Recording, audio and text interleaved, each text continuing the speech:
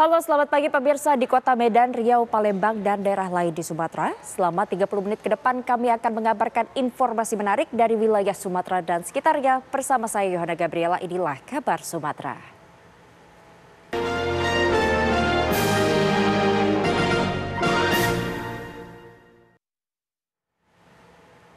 Kebakaran menghanguskan 2 rumah, 4 kedai dan 1 mobil di Damarsraya, Sumatera Barat.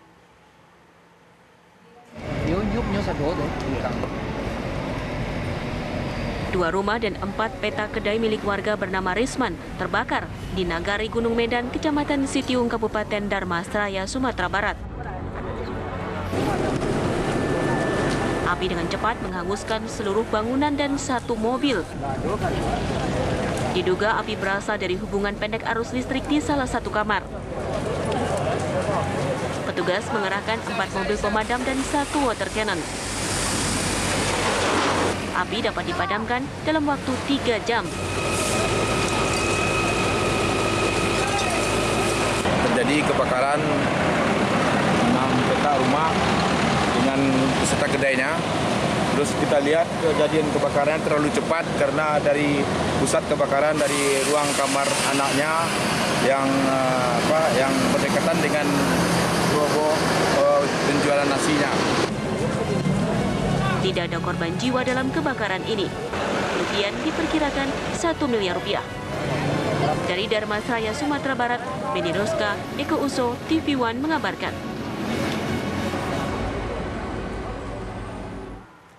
Jasad seorang pendaki ditemukan di kawah Gunung Dempo, Pagar Alam, Sumatera Selatan. Evakuasi terkendala cuaca dan beratnya medan.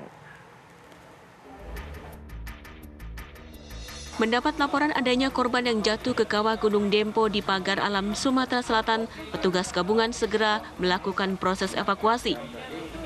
Identitas korban belum diketahui, diduga berjenis kelamin laki-laki. Korban ditemukan oleh pendaki yang berada di sekitar kawah. Tim evakuasi dibagi menjadi 3 regu, menempuh medan yang sulit dan cuaca ekstrim. Jenazah sekarang masih ada di seputaran kawah, bibir kawah, kemudian masih posisi tertelentang. Rombongan pendaki yang lain belum berani untuk mengevakuasi. 1 orang pendaki yang ditemukan meninggal dunia di Gunung Dempo, tetapi untuk indikasinya kita belum mengetahui karena untuk tim SAR dan rombongan Polres sendiri masih mendaki ke atas untuk menurunkan jenazah ke bawah. Diperkirakan dibutuhkan waktu 8 hingga 10 jam untuk ke lokasi jenazah ditemukan, tergantung kondisi cuaca. Dari Pagar Alam, Sumatera Selatan, Kiki Habibi, TV One mengabarkan. Seorang perampok diringkus Polres Karimun. Pelaku telah merampok 17 kali.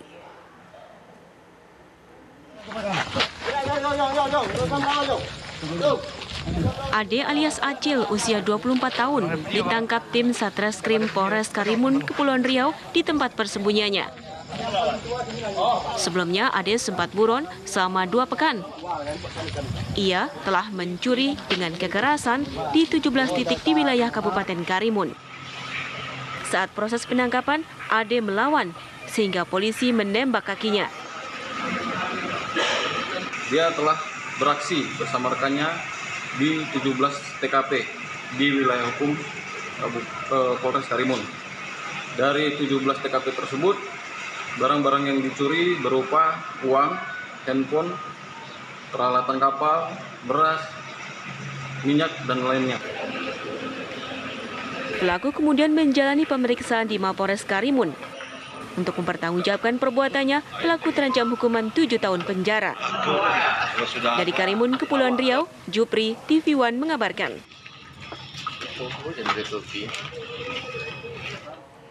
Kabar daerah kembali sesaat lagi usai jeda.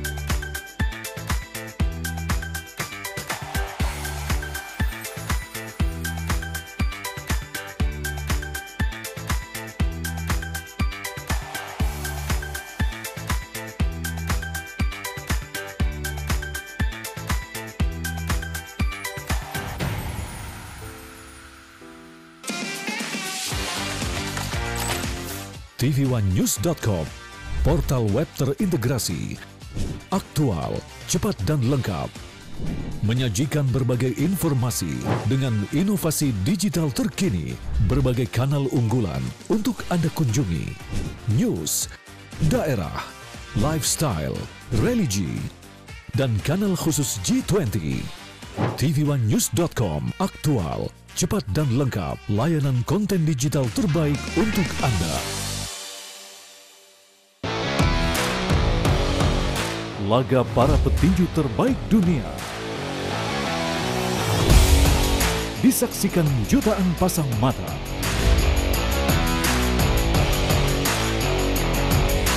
Menyajikan kelas pertandingan yang berbeda.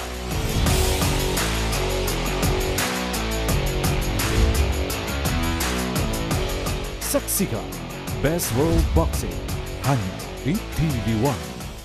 Assalamualaikum warahmatullahi wabarakatuh. Karena apapun yang dilakukan pemerintah, kalau rakyat tidak percaya, itu akan kehilangan trust. Saya percaya orang-orang yang duduk di pemerintahan tahu apa yang harus dilakukan. Peranan dari pemerintah daerah itu menjadi kunci memimpin untuk pelaksanaan penanggulangan COVID. Karena rumah sakit ini penuh, akhirnya tidak ada pilihan lain kecuali isolasi mandiri. Saksikan Catatan Demokrasi Selasa pukul 20 waktu Indonesia Barat, live hanya di TV1. Menghadirkan informasi penting dan menarik. Kasus penularan varian Omicron di Jakarta Barat. Lembaga negara kita memastikan kesehatan terjaga di dunia yang mereka menawarkan melalui media sosial. Semua tersaji lengkap menemani waktu siang Anda.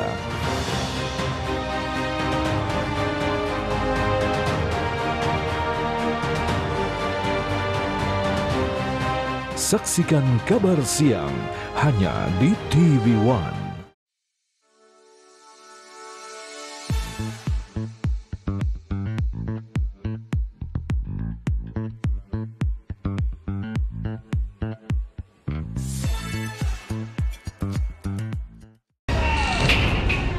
Kita menemukan perlakuan kejam dan tidak manusiawi yang kita duga sebagai perbudakan modern dan juga perdagangan manusia. Anak saya lebam-lebam, gusiknya luka, cuma bisa minum, kemudian mata juga lebam. Hukum kita juga sudah bisa menegakkan bahwa anak-anak itu bisa tetap dihukum. Telusur di TV1. Puas kamu bikin aku kesel terus. Aku salah apa lagi sih sayang? Bukan kamu, Mas, ini TV-nya nih berbayang terus. Oh, aku udah beliin kamu set-top box TV buat nonton siaran TV digital. Kau pasangin ya. Kalau TV kita udah digital, tinggal di-scan ulang aja. Gampang kan? Siaran TV digital itu pilihan programnya banyak, versi gambarnya, jernih suaranya, dan canggih teknologinya. Siarannya gratis sayang, dan nggak harus pakai kuota internet. Sukseskan migrasi digital, siaran TV digital. Keren! tv1news.com, portal web terintegrasi, aktual, cepat dan lengkap. Menyajikan berbagai informasi dengan inovasi digital terkini, berbagai kanal unggulan untuk Anda kunjungi. News, daerah, lifestyle, religi, dan kanal khusus G20. tv1news.com, aktual, cepat dan lengkap, layanan konten digital terbaik untuk Anda. Laga para petinju terbaik dunia disaksikan jutaan pasang mata.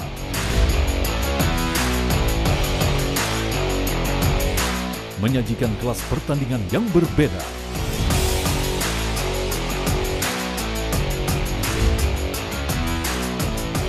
Saksikan Best World Boxing hanya di TV1. Assalamualaikum warahmatullahi wabarakatuh. Karena apapun yang dilakukan pemerintah, kalau rakyat tidak percaya, itu akan kehilangan trust. Saya percaya orang-orang yang duduk di pemerintahan tahu apa yang harus dilakukan. Peranan dari pemerintah daerah itu menjadi kunci memimpin untuk pelaksanaan penanggulangan COVID. Karena rumah sakit ini penuh, akhirnya tidak ada pilihan lain kecuali isolasi mandiri. Saksikan Catatan Demokrasi Selasa pukul 20 waktu Indonesia Barat, live hanya di TV1.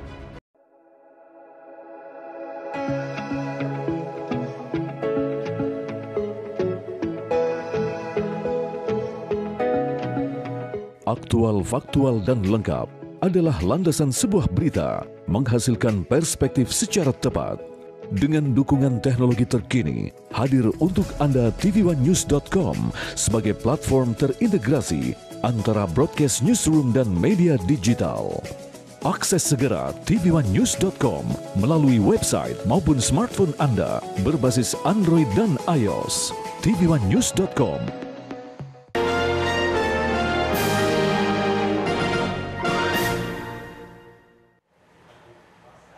Komisi Pemberantasan Korupsi KPK melakukan penyelidikan kasus dugaan korupsi di Kementerian Pertanian. Proses tersebut menindaklanjuti laporan masyarakat yang sebelumnya diterima pada bagian pengaduan masyarakat Dumas KPK sejak 6 bulan yang lalu.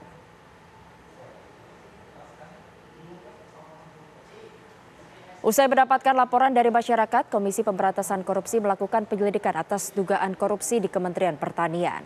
Kepala Bagian Pemberitaan KPK, Ali Fikri, mengatakan penyelidikan di Kementerian Pertanian sudah berlangsung sejak bulan Januari 2023 dan sudah memanggil puluhan saksi.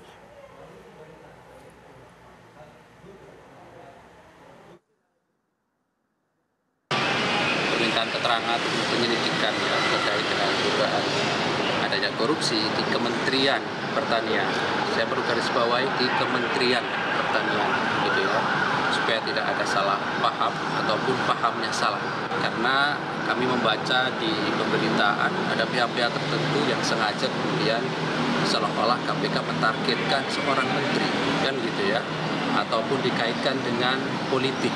Sekali lagi, kami sangat sadar betul ya bahwa seluruh kerja-kerja KPK pasti akan dinilai, diasumsikan oleh pihak-pihak yang berkepentingan bahwa seolah-olah kemudian ada muatan politis ataupun bahkan kriminalisasi. Kami ingin sampaikan stop narasi itu, stop asumsi itu, karena kami pastikan yang KPK lakukan adalah berdasarkan kecukupan alat bukti. Dan betul memang kami menjadwalkan besok hari Jumat ya, tanggal 16 Juni, mengundang Menteri Pertanian gitu ya, untuk hadir di Gedung Merah Putih KPK sekitar jam 9.30. Suratnya, informasi yang kami peroleh sudah disampaikan. Mahkamah Konstitusi atau MK akhirnya menjawab kontroversi tentang sistem pemilu legislatif. Dalam putusannya, MK sepakat menolak gugatan untuk merubah sistem pemilu terbuka yang selama ini berlaku menjadi sistem pemilu tertutup.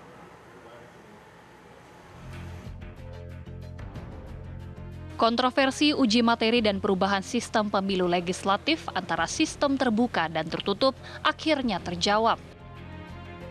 Setelah bersidang sejak akhir tahun lalu, Majelis Hakim Mahkamah Konstitusi akhirnya memutus gugatan uji materi Undang-Undang Pemilu. Dalam putusannya, MK menolak gugatan yang meminta perubahan sistem pemilu legislatif dari sistem proporsional terbuka menjadi tertutup. Berdasarkan Undang-Undang Dasar Negara Republik Indonesia tahun 1945 dan seterusnya, amar putusan mengadili dalam provisi menolak permohonan provisi para pemohon. Dalam pokok permohonan menolak permohonan para pemohon untuk seluruhnya.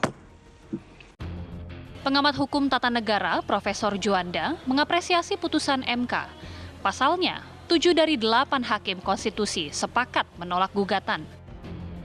Sementara hanya 1 hakim yang memiliki opini berbeda atau dissenting opinion. Kalau menurut saya bahwa putusan MK ini konsisten dengan putusan yang lama. Tahun 2008. Ya, ini yang saya lihat salah satu apa yang saya catat hari ini MK sudah mulai memperlihatkan sifat-sifat kenegarawan dan memang cocok untuk dibilangkan hakim konstitusi. Kenapa saya mengatakan demikian? Ada putusan MK yang sebelum ini itu adalah tidak konsisten. Sebelumnya Presiden Joko Widodo mengaku akan mengikuti apapun hasil keputusan Mahkamah Konstitusi. Ya nanti nunggu dari MK saja. Nunggu dari MK saja. Karena setiap partai, setiap orang kalau ditanya itu bisa beda-beda karena memang dua-duanya ada kelebihan, ada kelemahannya. Yang tertutup ada kelebihan, ada kelemahan, yang terbuka juga ada kelebihan, ada kelemahan. Dengan ditolaknya gugatan Undang-Undang Pemilu, maka Komisi Pemilihan Umum KPU akan dapat melanjutkan proses persiapan pemilu tahun 2024 tanpa ada perubahan. Dari Jakarta, tim TV One mengabarkan.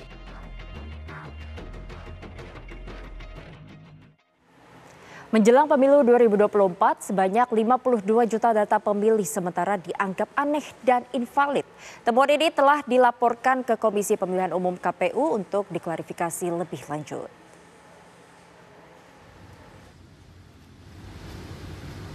Perkumpulan Warga Negara untuk Pemilu Jujur dan Adil mendatangi gedung Komisi Pemilihan Umum Jalan Imam Bonjol, Menteng, Jakarta Pusat.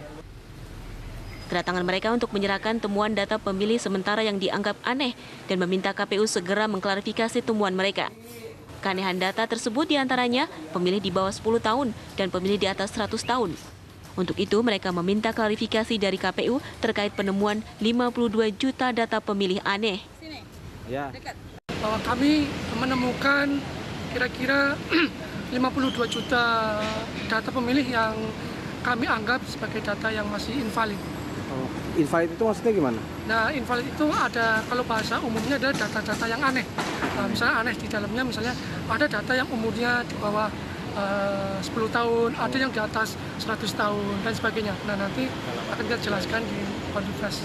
Kalau dari hasil penemuan sementara, itu wilayah mana aja sih yang banyak terdata suara aneh itu? Data itu menyebar di seluruh Indonesia ya. Dengan temuan daftar pemilih yang invalid ini, KPU diminta untuk segera memberi klarifikasi sebelum daftar pemilih sementara ditetapkan menjadi daftar pemilih tetap.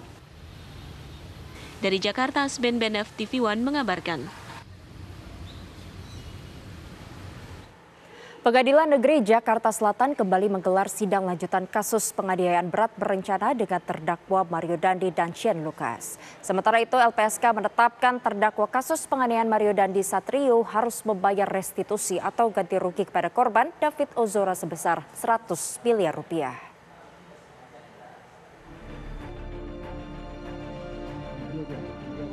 Sidang lanjutan beragendakan mendengarkan keterangan saksi yang dihadirkan oleh Jaksa Penuntut Umum. Agenda sidang lanjutan adalah pemeriksaan saksi yang meliputi 5 orang petugas keamanan. Kelimanya merupakan petugas keamanan yang kebetulan berada di lokasi kejadian.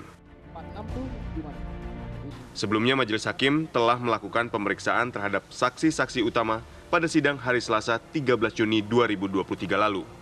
Paman David, Rustam Hatala yang turut ditunjuk sebagai saksi, berhalangan hadir karena sedang menunaikan ibadah haji.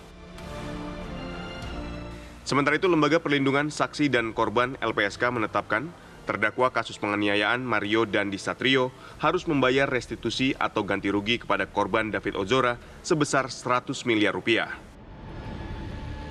Ketua LPSK Hasto Atmojo menjelaskan, nominal tersebut didasarkan pada akumulasi jumlah kerugian yang dialami korban dan keluarga, meliputi biaya pengobatan dan penderitaan yang dialami akibat penganiayaan yang dilakukan pelaku.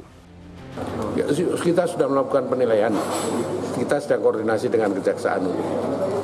Kalau jumlahnya Pak, sudah ada hitung-hitungannya? Ya, banyak, ada 100 miliar lebih lah. Ya. 100 miliar lebih ya. Karena memang kerugiannya ya, selain untuk medis juga kerugian yang kita nilai sebagai penderitaan. Nah itu jumlahnya memang jadi besar. Nantinya nilai ganti rugi itu akan disampaikan oleh Jaksa Penuntut Umum saat sidang dengan agenda pembacaan tuntutan. Adapun keputusan final restitusi yang wajib dibayarkan oleh terdakwa Mario Dandi akan disampaikan oleh hakim saat vonis. Tim TV One mengabarkan. Kabar daerah kembali usai jeda, tetaplah bersama kami.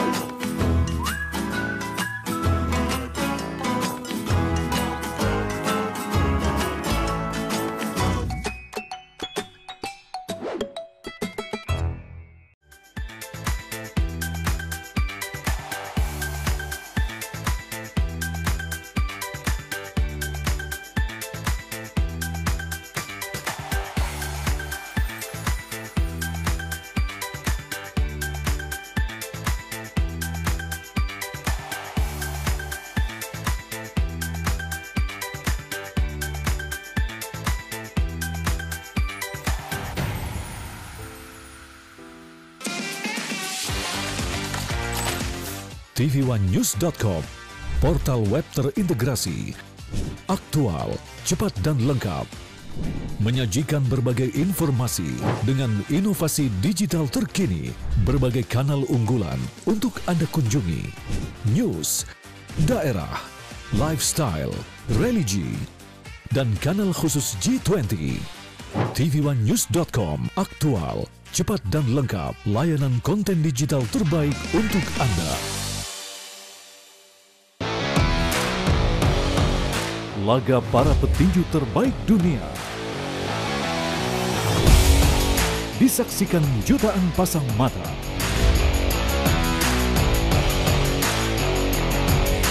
Menyajikan kelas pertandingan yang berbeda.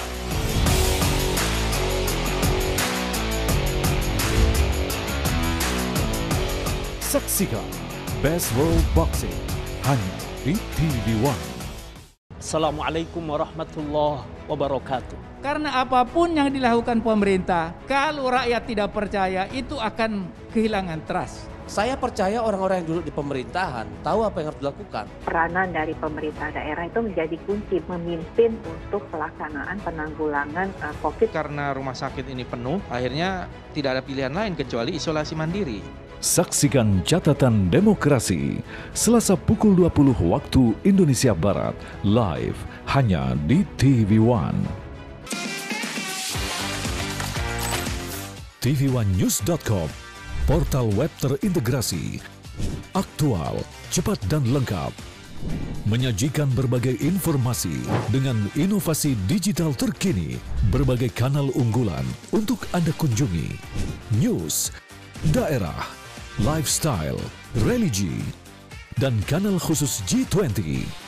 tv1news.com, aktual, cepat dan lengkap, layanan konten digital terbaik untuk Anda. Menghadirkan informasi penting dan menarik. Kasus penularan varian Omicron di Jakarta Barat. Lembaga negara kita memastikan kesehatan terjaga di dunia yang mereka menawarkan melalui media sosial. Semua tersaji lengkap menemani waktu siang Anda.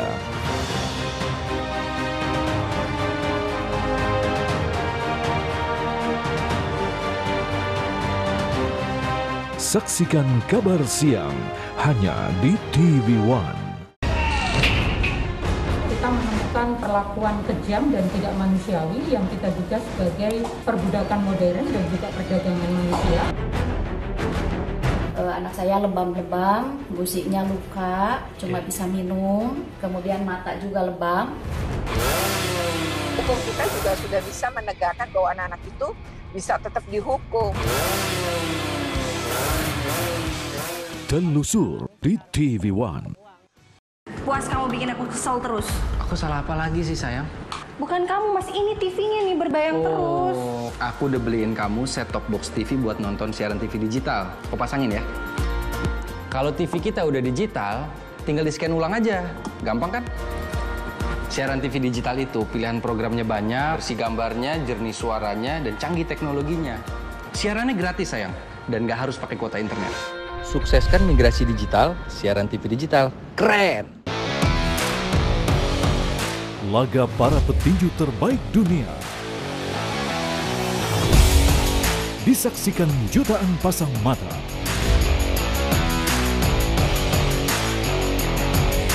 Menyajikan kelas pertandingan yang berbeda.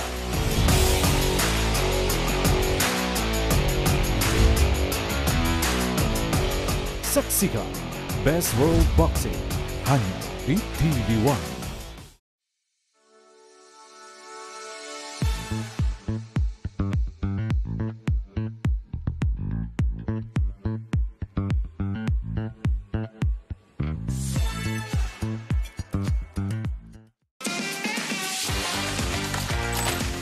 tv1news.com, portal web terintegrasi, aktual, cepat dan lengkap. Menyajikan berbagai informasi dengan inovasi digital terkini, berbagai kanal unggulan untuk Anda kunjungi. News, daerah, lifestyle, religi, dan kanal khusus G20. tv1news.com, aktual, cepat dan lengkap, layanan konten digital terbaik untuk Anda.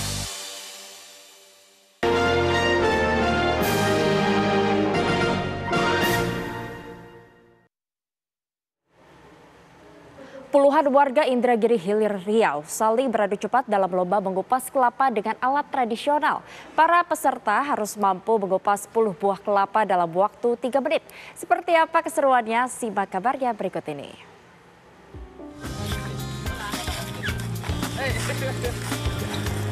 Seperti inilah keseruan lomba mengupas kelapa di Indragiri Hilir Riau yang diikuti puluhan warga. Mengupas kelapa atau bagi warga setempat dikenal dengan menyolak, diikuti oleh berbagai lapisan masyarakat. Alat yang digunakan merupakan alat tradisional terbuat dari baja diruncingkan. Kemudian alat tersebut ditanamkan di tanah. Lalu kelapa dikupas dengan menancapkan ke alat tersebut. Bagi yang tak biasa tentu bisa berbahaya karena alat tersebut merupakan benda tajam yang bisa membuat seseorang terluka. Namun peserta lomba terlihat sudah sangat piawai mengupas kelapa dengan alat tradisional ini. Karena sebagian besar warga Indragiri Hilir merupakan petani kelapa. Seluruh peserta diberikan waktu 3 menit untuk mengupas 10 buah kelapa hingga bersih.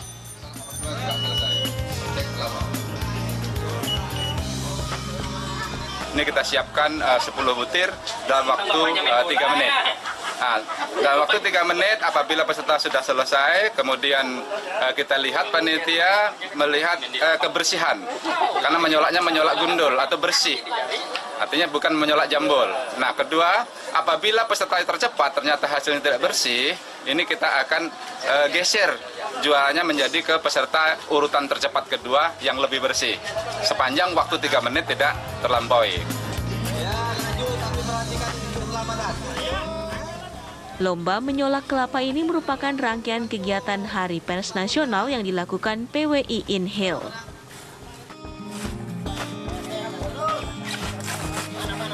Kegiatan ini dalam rangka memeriahkan rangkaian peringatan Hari Pers Nasional tingkat Provinsi Riau tahun 2023 di Kabupaten Indragiri Hilir.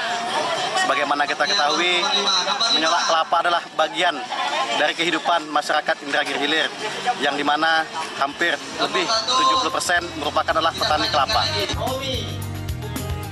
Kegiatan ini juga diharapkan mampu menjaga tradisi menyolak kelapa di masyarakat. Dari Indragiri Hilir Riau, Arif Budiman, Superto, TV One mengabarkan. Informasi tadi menjadi penutup jumpa kita pada kabar daerah hari ini. Saya Yohana Gabriela pamit undur diri. Terima kasih dan sampai jumpa.